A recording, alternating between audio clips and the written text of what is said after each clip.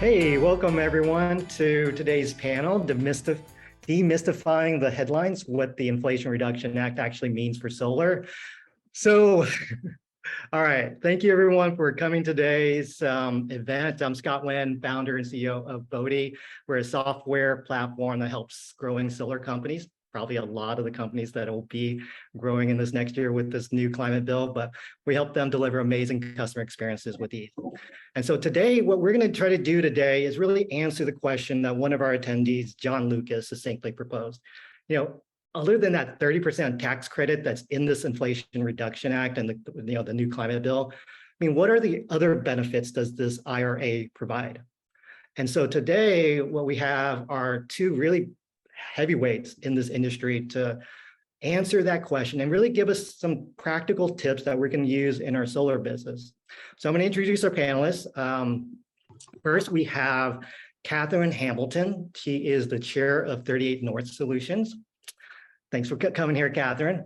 Now, you guys are probably more familiar with her as one of the original hosts of the Energy Gang podcast, alongside Stephen Lacey and Jigar Shah. We also have got Yoni Cohen. He is the head of solar sales and marketing and business development at Sunlight Financial, one of the leading financing companies in residential solar. Now, one of the little known facts about Yoni, which is why he's a great panelist here, is that before getting into solar, he was actually a political operative on Capitol Hill. So if you'd like to get in touch with the panelists or myself, we're posting their LinkedIn accounts in the chat box. So definitely reach out to them after the call if you'd like to chat with them further about the IRA or about other types of services or things that you might need. Now, if you do have a question for the panelists, just type it into the Q&A box. So we've got the chat, but we also have the Q&A box that we're going to be pulling questions from. Now, we've actually received a huge number of questions already during registration. And so because of that, what we're going to do in this webinar is not only will we be addressing some of those questions like sprinkled throughout the conversation, we're actually going to devote the second half of the hour just to open Q&A. And so definitely, as you guys are listening in, you probably already have questions, but as you're listening and hearing the insights that the panelists are providing, type in those questions as you get it. Now, before we dive in, I want to take a quick poll from the audience. I want to get a sense of how much people actually already know about the climate bill. So please answer the question, how would you rate your knowledge of the Inflation Reduction Act? A, I don't know anything. B, just the headlines. Or C, somewhat comfortable. Or D, I'm betting my business on it. So I'll give you guys a few more seconds to answer that. I'll be really curious how you guys feel about this. And from there, all right. So, okay, 5, 4, 3, 2, 1. Okay, we'll end the poll now. And I think I can share the results. All right, it looks like about 60% of people say they either don't know much about it or anything or just the headlines. So I guess that's why we've got so many people attending here today. All right, so what we're going to do right now is we're going to dive right in and see what insights our panelists have.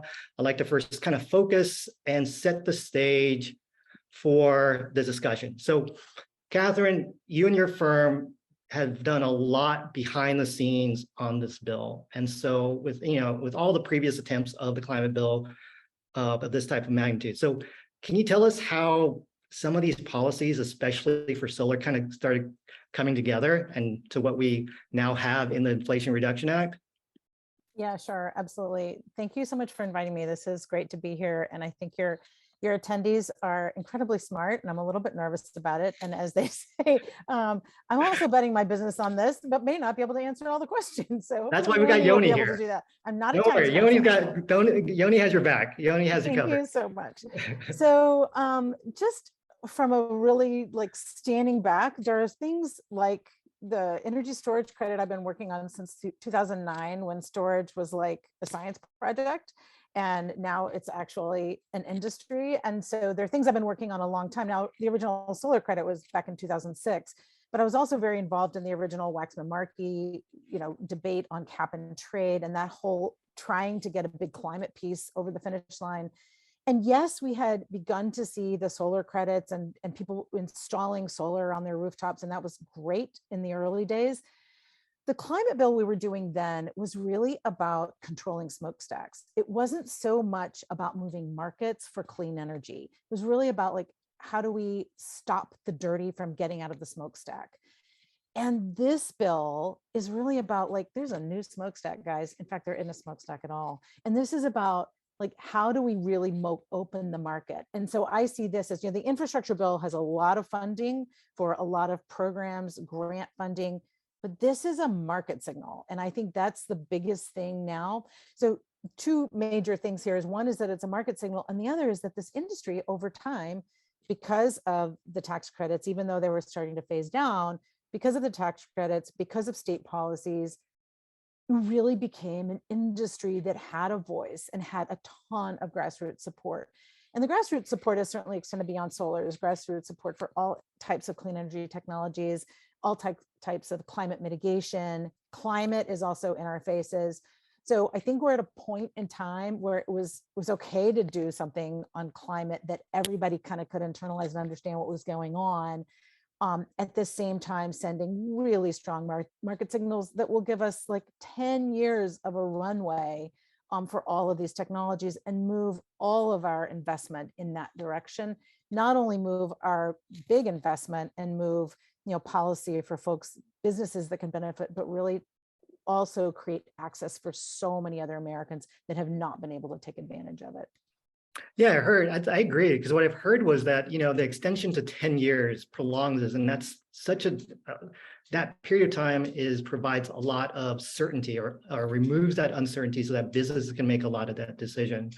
So let's start getting into some of those details. So Yoni, we know the headlines: 30% tax credit for 10 years for PV installs. That applies to standalone storage now as well. So what are the other details that residential solar installers should know about these two kind of specific incentives? Sure. Thanks, Scott. Thanks, Catherine. Great to be here. And I'm very enthused at the large numbers of folks who have signed up to hear and continue investing in their businesses and installing solar nationwide. So I think in this case, the headline is incredibly important. The solar tax credits to date have had a tremendous impact in driving solar, not only in states where it might be expected based on state policy like California, but really across the country. Whether Florida, Texas, or at Sunlight, we work nationwide, including in many states where perhaps because of their political leanings or the cost of energy, you might not think that residential solar would be taking off, but it is.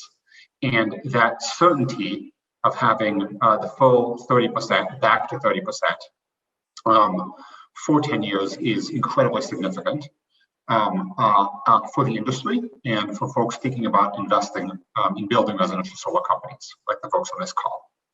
So that's step one. Is I think the tax credit itself and the extension, we sort of eliminate the every 2 years or every 4 years, what might the Congress do in a lame duck session or the like. It eliminates sort of that policy uncertainty. The second thing that it does related to that is generate news headlines. And I think that we've seen that our partners and many of the folks on this call have a lot more interest in going residential solar. My friends who don't think about this stuff are all of a sudden hearing about it and asking me about, hey, should they go solar? So I think there's, separate from the policy, there's a sort of public relations element component to it. And then third, and we'll dive into this a little bit later, but I think the key question for solar installers is, are they solar installers or are they home electrification companies? And I got into residential solar because I thought it was the gateway drug to a battery in your basement and an EV in your driveway. And what this bill does is it creates a number of other gateway drugs. Maybe you come into the EV tax credit. Maybe you come into an incentive for and so there's a lot of electrification incentives. And companies should think about, do they want to help homeowners tap those incentives or do they want to focus on solar? Okay, thanks, Yoni. Now, one thing I think we're hearing a little bit of an echo from yours. So if there's any way that you could try to kind of dampen that echo, that would be appreciated. Now, so for everyone out there, we're going to try to divide up this conversation to kind of 3 categories. First are kind of these, questions about the basic solar incentive of the 30% for PVs, but also for storage. And then we're going to talk about also, what are some of those other adders and other kind of special circumstances that can be applicable to solar and those that are not, because I think there's actually quite a lot of confusion on where a lot of these adders from direct pay, made in the USA type of provisions they're currently in there. And so we're going to talk about that. And then the last section is going to be talking about the opportunities that are going to be made available to solar installers. So those are kind of the things that we're going to be the framework of here. So let me try to ask you guys, there's some specific questions I've heard or we've gotten before. And so here's a good question, will people who installed solar last year be able to retroactively qualify for 30%? Can anyone tell us kind of details there? And what I remember hearing is that it does apply for 2022 for PV. Yeah, it's 2022, not for 2021. So 2022 and on, it will be at 30%. And does that also apply for solar? I mean, storage too, Catherine? No, storage does not start until next year. They need to write the rules. So anything that had previously been in existence is going to go back to 2022, but 2023, January 1st is where the clock starts on all these other things, which includes interconnection below 5 megawatts, which can be significant for folks who are installing community solar, certainly. And then for energy storage, for microgrids, for all those new credits, they have to write regulations for those. And that's another thing we need to watch, because they're going to be putting out draft regulatory guidance. We need to look at that and see, what does it say? Is there some input that folks who are really deploying on the ground need to give to that to make sure that it's done in a way that actually makes sense in the real world? And then by the end of the year, they may end up having to do sort of temporary guidance just to allow people to keep moving forward. But then eventually they'll have permanent guidance, and that will go from 2023. Okay, got it. Okay, so here's another question along that route here. And we've got this a lot, and we may be getting into some of the other exceptions, but is this for PV and for storage, or maybe at least for PV for now, is this still the same tax credit? Or is there there's people that talk about the direct pay, at least that was originally considered. Is that part of the current IRA, or does it only apply to other nonprofits and such? Can you talk a little bit about that? Direct pay does not. We worked really hard on that one. That was one thing we did not get, was direct pay for Section 25D. So that's all the residential systems. We did not get that. There are exceptions for nonprofits, for tribal local communities. So there are some exceptions, but it was not made possible for 25D. Okay, got it. So we're going to talk a little bit more about, when we get into the next section, we'll talk a little bit more about that direct pay and for nonprofits, for churches, because that was a big question that were submitted. So another really quick question here that people are really asking, and maybe this is for the, this is for a tax lawyer or a CPA. How many years will the tax credit be able to be rolled over for those that don't have sufficient tax liability? Has that changed at all? Is it still the same as before? Maybe that's a good question. Yoni, do you know that? I don't know the answer to that one. I believe it's 3 years, maybe two to 3 years, but I think it's 3. I don't think it made a change. Not 100% confident, but that's my impression. Okay, so we've got in the chat here, we've got a few folks. I see some 6, 10s, and 100 years. So we will have to get back to you on that question. Okay, so now we're starting, a lot of the questions that we're getting also there beforehand, I think is some of those that are coming right now as well inside the Q&A. I can kind of summarize it in one big question here. This comes from James Garbo. Will there be any scenario in which a residential homeowner would be able to qualify for more than 30%?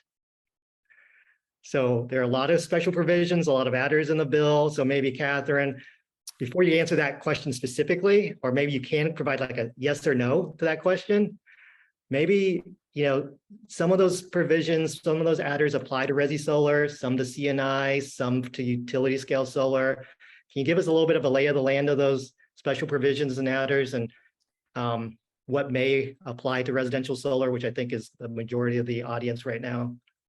Yeah, there's an LMI credit. There are two pieces of it, a 10% and a 20%. So the 10% is for low income and native communities, and the 20% is for residential building projects or low income economic benefits projects. So those are applied credits. So those are ones where you can get funding for.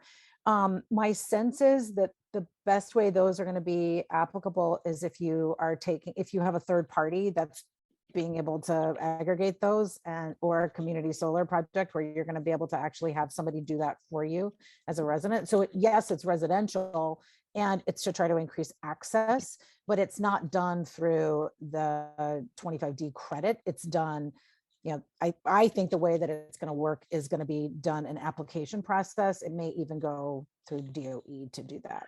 Treasury is working with DOE to try to set that up. What do you think is an example of one of those? So can you so we know how residential solar works, where a homeowner says, I want solar on my rooftop.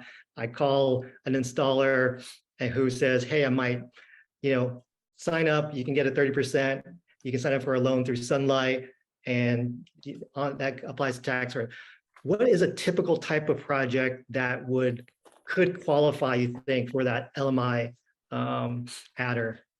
Yeah, so I think multifamily housing, low-income multifamily would be kind of the perfect place to look for that, because they're going to be able to then get 20% credit, additional bonus credit to the 30%. So that can really pencil out for a lot of folks who've not had access to solar previously. So do you think that would apply? So would that be like the landlord of the let's say apartment complex that might be interested in applying?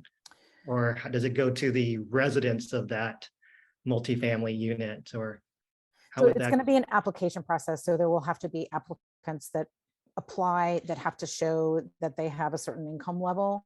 And that application process has not been developed yet. Okay, got it. Okay.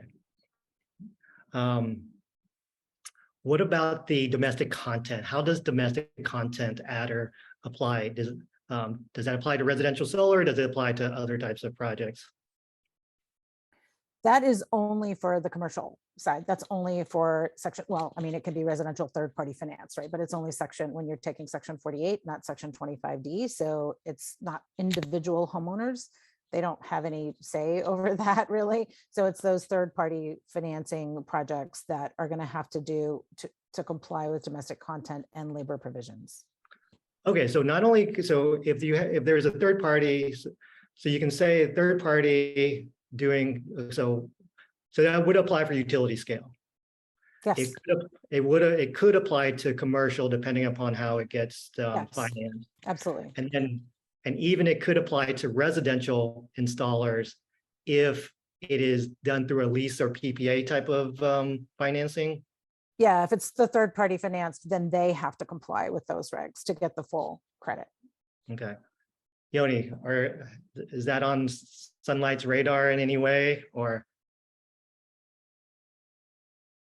Yes, I think as a general matter, if I were a solar installer, I would really focus on the headline. I think, as Katherine mentioned, some of the specifics and some of the additional incentives are programmatic. In some cases, they require state input. Application processes, they're going to be harder for a solar installer at point of sale to say, hey, you particular individual will definitely qualify for this credit. I think that what we will see is some specialized installers say, hey, we're going to go, there's a small pool of money for electrifying tribal homes. And so an installer or two, depending on the geography, may choose to try to sell to tribal homes and get very specific about how to qualify. There is, for residential electrification and federal affordable housing, there's some additional money in the bill. But I think for the majority of customers, it's going to be the headline that really impacts their business. Okay. Yeah. So what I kind of summarized there, or at least kind of interpreting, is that, for these types of the LMI, so those other types of adders, domestic content, it is through an application process. So it's not like the normal process of getting a 30% tax credit that automatically becomes 40 or 50%. So hopefully the audience is able to capture that. Turn your attention a little bit now. There were a lot of questions originally, and I think we're getting that too here is, how do churches and nonprofits qualify? And then how does that direct pay kind of work for them? Normally they haven't had that tax liability.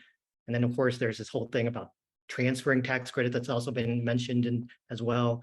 Can you guys touch on that at all? Sure, I will. I'll give it a try. I think, I think first and foremost, there was a lot of discussion about whether the credits would be refundable. And that did not take place for the majority of sort of customers, i.e. individual homeowners. And that means that folks still need to have tax liability to be able to monetize the tax credits themselves. In the case of state entities, nonprofits, there are provisions that effectively enable either direct pay or transferability to an entity that is able to monetize the tax liability. And so in both cases, it's going to significantly facilitate the ability of, say, a nonprofit to monetize the tax credit. Okay, got it. Just quick, I just saw something in the chat, Katherine, maybe this is back for you real quick, is can you explain the section numbers? You mentioned section 48, section 28. What are the differences between the two? If someone wants to go back and read through the actual bill, which I think I saw was 700. Yeah, I'm sorry. I'm so sorry. So section 25 is the residential individual home credit. So that's like a homeowner fills out the form, gets their investment tax credit. They get a refund on what they've invested, right? Section 48 is for commercial projects, utility scale projects, but it's also for those that are third-party financed. So if you have a company that's installing for you and they're financing it for you, they're gonna be able to, they can pass the savings on to you certainly, which I'm sure that they will do, but they're gonna be using a different section of the tax code, which is section 48. Okay. Interesting point here. So there was a lot of questions, Yoni. Will your dealer fees come down? I'm not sure. Sure. Yeah. So let's answer that question there. Sure. Just Sunlight dealer's fee, right? We're not talking about the rest of the industry, but just yours. Sure, absolutely happy to speak to it. And I hope, thank you for the folks who suggested the headphones. I hope my echo is less than at the beginning of the call. So first, context for everybody's benefit. What happens with the dealer fee is that interest rates are primarily being bought down. And this is the same thing in solar that happens if you go buy a car loan. You can have perfect pristine credit. You go buy a new automobile, and the interest rate that you see when you drive by that dealership, say it's 199, is not actually the interest rate you're getting. You are buying down the interest rate to the advertised rate by effectively paying more, paying a dealer fee up front, sort of analogous to paying points on a mortgage. So primarily, residential solar loan dealer fees have to do with buying down the interest rate from the 6 or 7% that is the actual interest rate, the risk-adjusted interest rate on a solar loan, depending on the homeowner's credit. So that's the first and most important thing to understand about dealer fees. The second, not to beat around the bush, but the cost of capital, which is ultimately where our costs come from, the cost of capital on Wall Street and beyond, and insurance companies and credit unions and hedge funds and other investors who buy the assets, is independent of tax credit policy. So it's not going to have really any significant impact on dealer fees, positive or negative, from the perspective of an installer. The much larger drivers of financing costs have to do with what's going on with the broader interest rate markets. And we've seen, the Federal Reserve make multiple interest rate hikes this year, and the cost of mortgages increase almost double since the beginning of the year. So that's kind of the primary driver, and there's a lot of secondary drivers. But tax policy is not really one of them, or at least the tax credit are not really a driver of the cost of capital for residential solar projects. Okay. Thanks, Yoni. Let me go back to Katherine. Are there any other adders that the audience should know about? So we talked about domestic content. We talked a little bit about the low-income communities. There's also energy communities, and is there anything else that they need to know about? Yeah, and these are, again, for commercial projects, but energy communities, there will be a definition for those. There was a definition that was used in the infrastructure bill that I think they're going to probably draw from, that's already in statute, about coal communities and coal mining and coal power plant communities. So there are definitions around that. That's something that the IRS will have to like put into the regulatory process to make sure that they get that language right. So yeah, energy communities are going to be big. The labor provisions also. So project labor agreements, prevailing wage, apprenticeship programs, those are all things that have to be really laid out. And certainly Department of Labor can speak to that. Apprenticeship is interesting because it is a term of art, and a lot of companies build in apprenticeship programs already to what they're doing. And so that's something I think that companies are going to want to have input into, because what you don't want to do is completely upset the apple cart, so that a lot of these folks that are already using apprenticeship programs and already paying prevailing wage don't get somehow docked for not doing the right thing based on the regulatory rules. So we need to make sure we engage very much in the way they're writing them, so that it takes into account programs that already exist. Okay, but that's still, I mean, that still doesn't directly apply to the section 25 for the resi side, right? Right, not for individual homeowners, but it does for certainly third-party financed projects. Okay, all right. Just a reminder for the audience out there, if you have questions for the panelists, just type them in the Q&A box. We're going to devote a good amount of time for open Q&A as well. I want to move now, so I want to make sure there's enough time for those Q&A, but I want to talk about now new business opportunities. So Yoni, I mean, there's still a little bit hard to hear, so, but try as best you can. What do you think are the new business opportunities for solar installers that this bill enables? For example, there's been a lot of talk about energy efficiency and all that, and you kind of touched on that at the very beginning. Could tell the installers, like, what should they be, their business strategy, should it change? How could it be modified? How does the competitive landscape change with this new bill? Sure. Thanks, Scott, and apologies for the echo. I'll try to speak a little slower to make it easy to understand. I think that the critical question for solar installers is to decide if they are a pure solar installer, or if they are more broadly a home electrification company, and to take a position on what they think homeowners are going to look for. And so the bill provides significant incentives, a little bit of an extension of some of the energy efficiency tax credits, but significant future rebates to be determined by individual states. But allocates a significant amount of money for states to then go out and provide rebates for, say, a heat pump, which I just had installed in my house with the help of a local rebate, for wiring, for a heat pump water heater.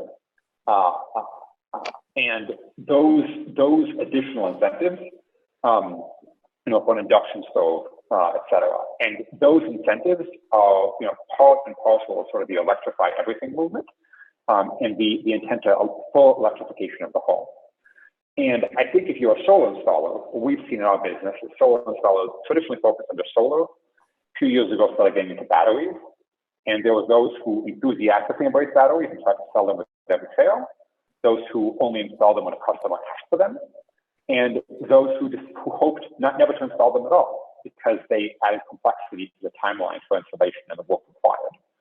And so similarly, a heat pump, as an example, is a different piece of equipment with different requirements and maybe on a different timeline. And so I am a very strong believer in the home electrification opportunity, and think that the incentives this bill provides, whether it's for electric vehicles or for heat pumps or for wiring, are going to turbocharge the home electrification movement. But as a solar business, you should decide if you want that additional complexity. An example of the challenge that many of our partners face, and that I think Bodhi is well positioned to help with, is the different timelines of installation.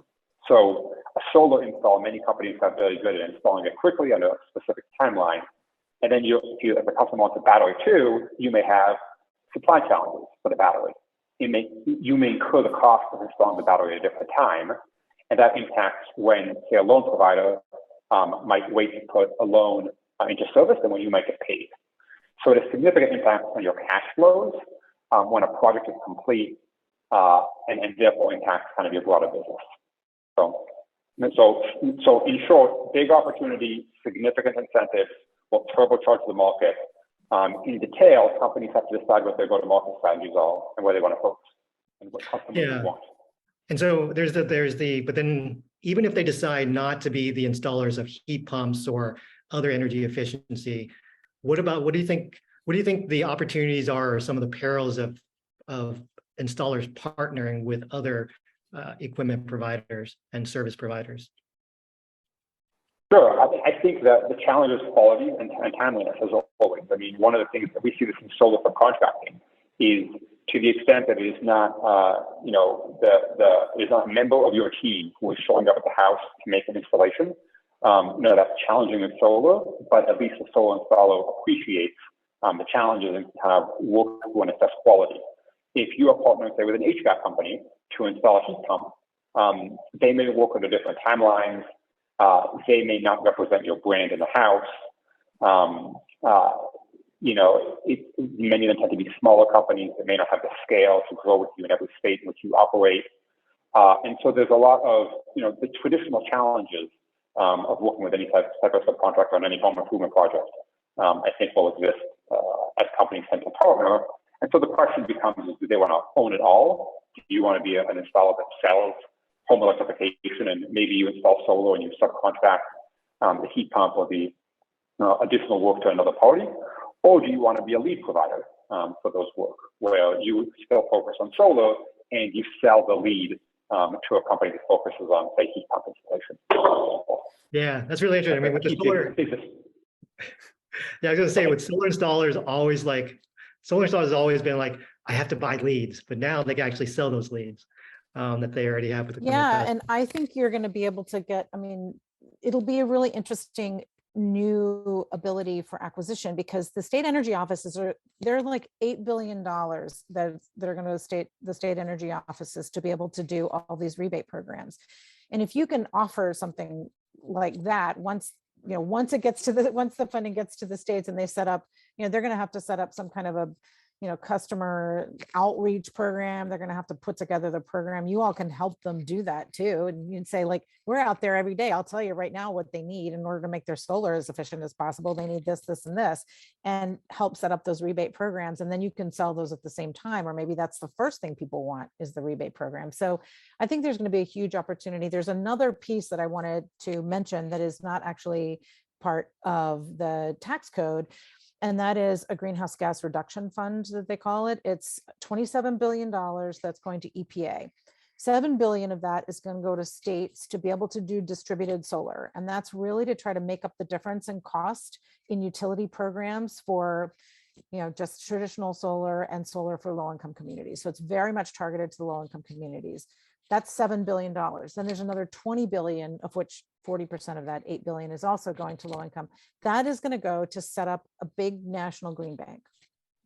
What that green bank will do is get funding to all the state entities. So, for example, the Connecticut Green Bank does a ton on low income solar. That is a program that could easily be funded through that. In addition, lots of other green bank programs, whether they've been stood up or not yet, they could be stood up and really be funded through this national green bank, which would then fund in turn distributed energy projects, including solar. And I think that's going to be, they only have 180 days to get the funding out the door at EPA. So that's a challenge for them. But I think that's going to pose other opportunities for installers to go to state green bank entities, to state energy offices, and say, all right, what else can I do? How else can I help my customers to get them solar plus as we deploy? So Katherine, let me follow up on that one. So if I'm an installer, my business is normally going out there, selling to homeowners, installing, to qualify, or at least try to, try to now qualify for let's say the energy efficiency rebates, or then to these other funds that are being made available to LMI, what, on a practical sense, what should I be thinking about? Should I be thinking about working with, what type, should I be doing this all myself? Should I be working with my local, solar association? Should I actually be working with a firm that might have better expertise? Maybe that's some expertise that other financing companies like Sunlight might provide or may not. Yeah, I mean, I would think you don't want to do this all on your own, I don't think. I mean, I'm all for leveraging the expertise of other people. So like having your local SEIA, your state or local SEIA chapter, whatever the solar chapter is, also your efficiency groups, any efficiency groups that are there on the ground, your state energy office, local town, if your town is in the town, of course, it's also, your municipality is also considered a nonprofit because so they can get direct pay for some of these projects too. So just, I think there are going to be a lot of different channels. Part of this is going to be managing what those are. And if those channels are getting good information, whether it's best practices or, are these programs even being stood up in the right way? I think the headquarters Department of Energy and the lead organizations, federally, like the big SEIA organization, are going to be trying to help do that so that there's some consistency of approach. So everybody just isn't reinventing the wheel every time. But I think there's just going to be a ton of opportunities and people are going to want to engage however they can and not try to invent it themselves, I would think. You have anything to add on that, Yoni, on what installers should be doing? A little bit of stay tuned. I mean, as Katherine mentioned, there's a lot, on the Green Bay side, there's a lot of work to be done to figure out, if and how some of those incentives will come down. And then, on the energy efficiency side, states have to decide how much they want to rebate and under what program. Mm-hmm. And this is true, we've seen this early on in solar, is, state policy can give it, but it can take it away. And so it's really important to be up to date on when a rebate starts, when it ends, what the process is, what the paperwork, et cetera. So yeah. It pays to follow the details once they come out. And, some of the software companies can often help that by programming some of that automatically. But installers should really, get into the details once they come out. Yeah, so you're telling me that hopefully like the solar proposal companies will start making it possible hopefully they can make it possible within their proposals to have line items for energy efficiency that takes into account some of these local policies, right? Would that be something that we should be everyone should be reaching out to their proposal tool? Yes, and we've seen this years ago. I mean, there have often been state incentives, a couple $1,000 in tax credit here, in this state or that state, or, in New York State, it was calculated by utility. It can get pretty specific pretty quickly. So if you are a local installer in a specific region, you're probably going to know more very quickly than any of the national companies in terms of how to accurately represent it to the customer. If you're a national company or you're operating in multiple states, you may sometimes benefit from some of the national input. And, this is true for the software design company, software proposal company, it's true for companies like Sunlight. It's always a question for, is our loan structure, where do we draw the line? What tax credits do we consider when we structure a loan? So it's a little line drawing exercise. Okay, so I want to make sure we get enough time for all the open Q&A. So we've got a ton of questions in the Q&A. A lot of these have kind of been answered before, so I'm just going to kind of summarize. 30% tax credit for 10 years on PV applies to, goes back to all installation to 2022 and then forward. Storage will start in 2023, 30% max. All these adders that people are asking about in terms of domestic content, low income, energy communities, those don't specifically apply for residential unless you go through kind of the more third-party financing, and so definitely a completely different process than one that we're currently used to on just the normal 30% tax credit, and it is a 30% tax credit. So given that, let's go into this open Q&A. If you have questions for the panelists, type it into the Q&A. Don't type it into the chat because I'm not following that one that well. So open Q&A, put it in there, and then we'll start answering some very specific questions here. All right, one that popped up from Tanner Wood, section 6418. Can homeowners transfer tax credits back to the local installer? If not, what are the limitations on who they can transfer tax credits to? So there's this entire section on transferability. Can one of y'all take that question? And I know you can only take it one time per project. So like, I know that it's only available for one time. I don't know if it's available for Resi. Yoni, do you know that?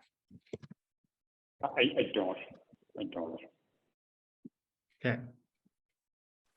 But I did not think it was the kind of as Katherine mentioned, I think it was for folks who sort of aggregate commercial projects as opposed to for a residential install. So my impression was that I didn't foresee a solar installer installing a system for a cash or loan buyer and then having a credit transfer. Yeah. Here's a very practical question from Cam Smith here. I think you actually might be from Houston Solar, is that right? So his question is, you said the 30% tax credit won't be applied for batteries until 2023. Can you expand on that? Would it be, so here's I think the question that's really practical. Would it be beneficial for installers to wait for battery installs until the 1st of next year? I hate to say you should wait, but yeah, I think you're not going to start getting credit until 2023. So January 1st means you can do everything but connect it, I'm guessing. So you may start getting that pipeline set up, but you're not going to get credit for it until 2023. Okay. Next, here's a question from Philip McCarthy, and I think it's kind of back to something we answered before, but let's make sure we answer it clearly. Can a nonprofit sell their direct pay 30% tax credit?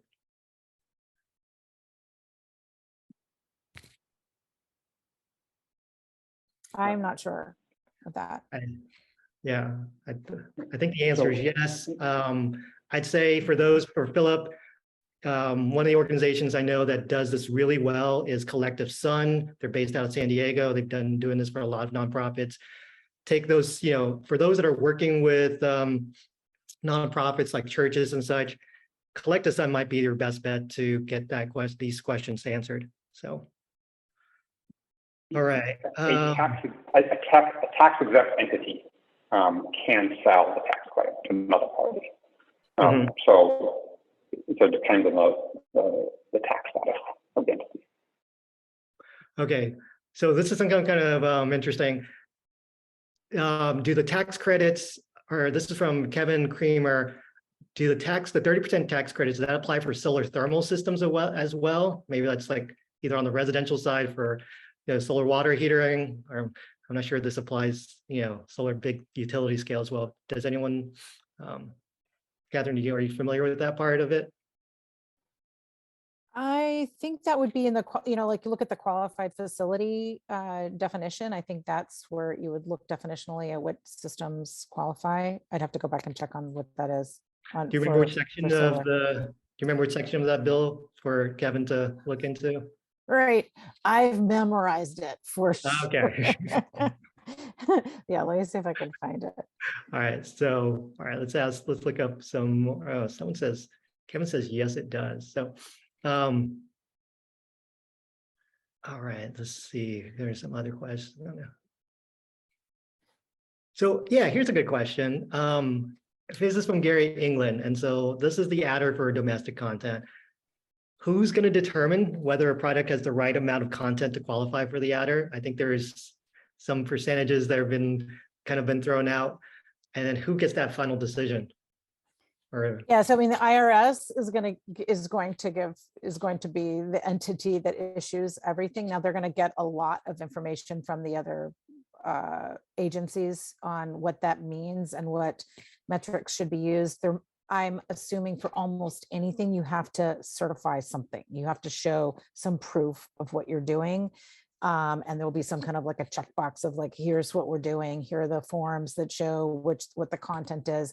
I'm guessing they're going to set something up like that, but they're going to look very closely to Department of Energy, probably to Commerce, and maybe Labor for some of these provisions, of course, to try to figure out like what are the words we have to use on the forms to actually implement this, and what does it mean? So to try to prevent. What you don't want to happen is tariff cases coming out of commerce, like what we have now, that because there's some like ability to perceive that there's gaming, like you just don't want that to happen. So they want to make sure they have everything pretty cut and dried as much as they can. Mm-hmm. Okay, 2 questions from Megan Brandon, which I think are very, very relevant. So first question is, in order to recoup the 30% on solar and the standalone battery, would you recommend signing customers up on these projects separately? At least for now, or maybe now and then storage later, next year when it is covered under 30%? Or is it, or can it all be applied 30% on solar plus storage projects right now?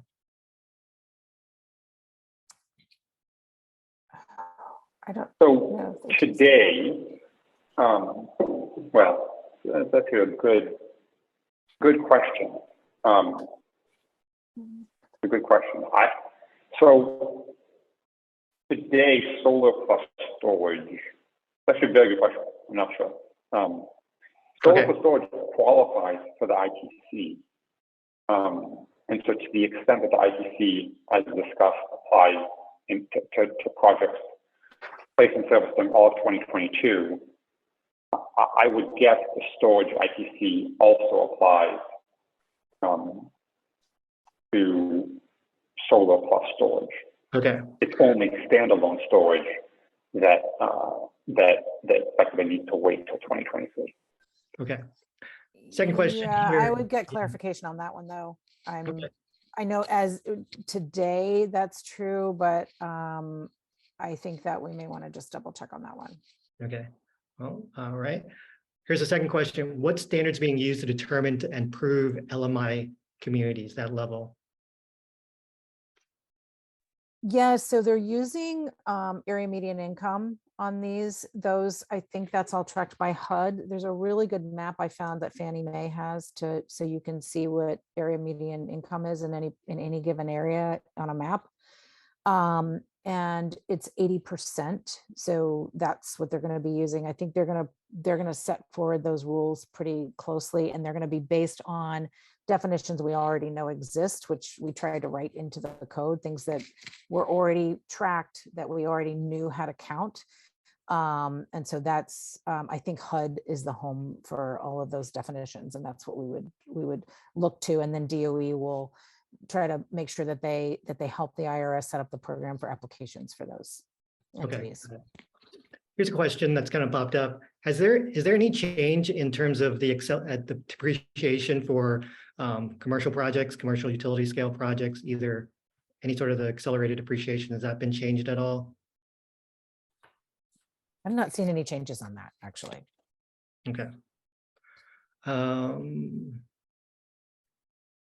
All right, so here's from Lucas Miller.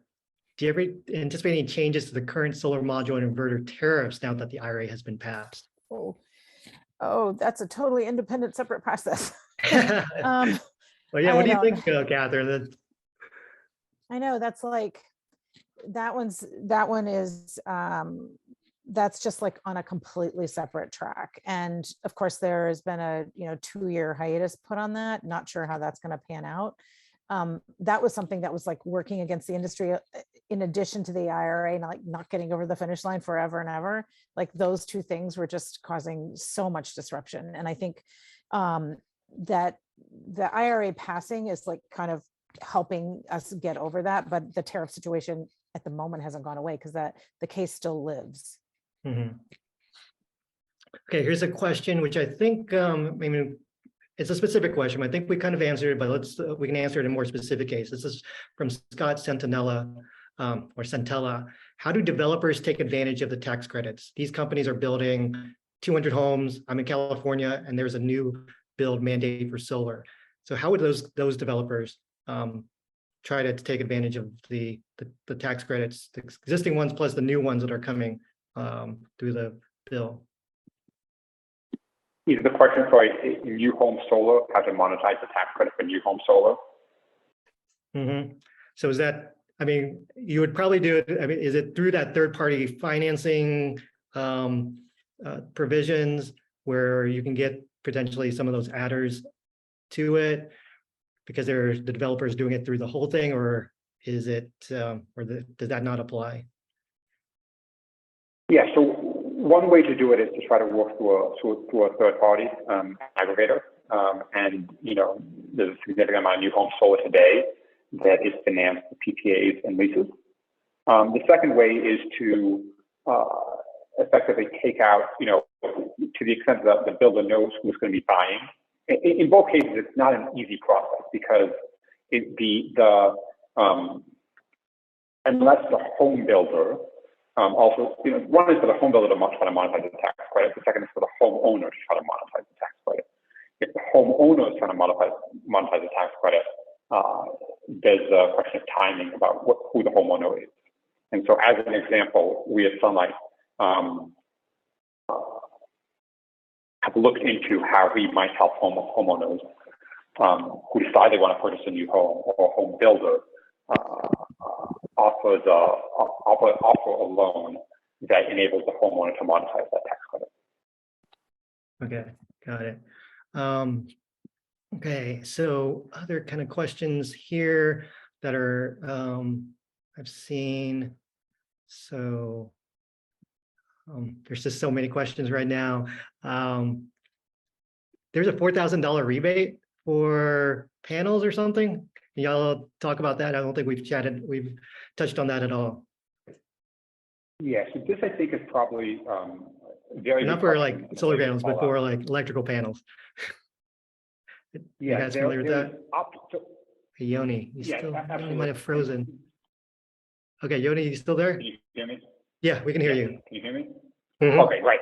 This is a very significant underappreciated benefit of the bill. It offers up to $4,000 for a main panel upgrade, and those are often necessary to install residential solar, and up to $2,500 for electrical wiring, which may be helpful for solar or for an EV. The first thing to know about those numbers is those are maximums in the bill, but the ultimate amount will be determined by individual states. And so it may end up being 4,000 in one state and 3,000 in another state, as an example.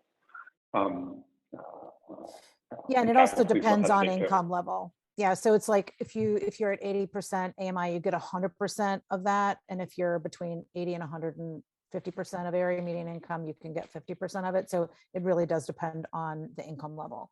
So those, and that would that be like a separate application, or is that part of the tax credit component? It'll be a rebate program that the states run.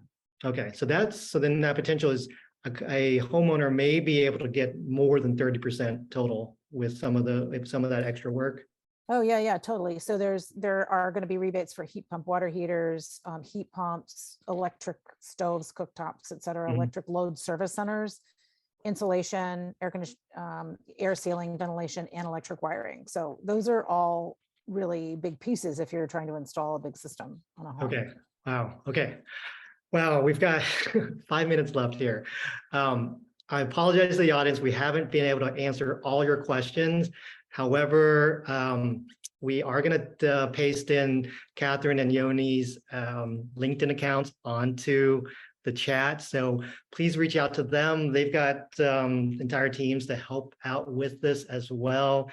In one way or the other. I'm sure there's a lot of other resources online, but I want to just give, because we've got 5 minutes left, I just want to get one last question that I want to ask each of you, Katherine and Yoni.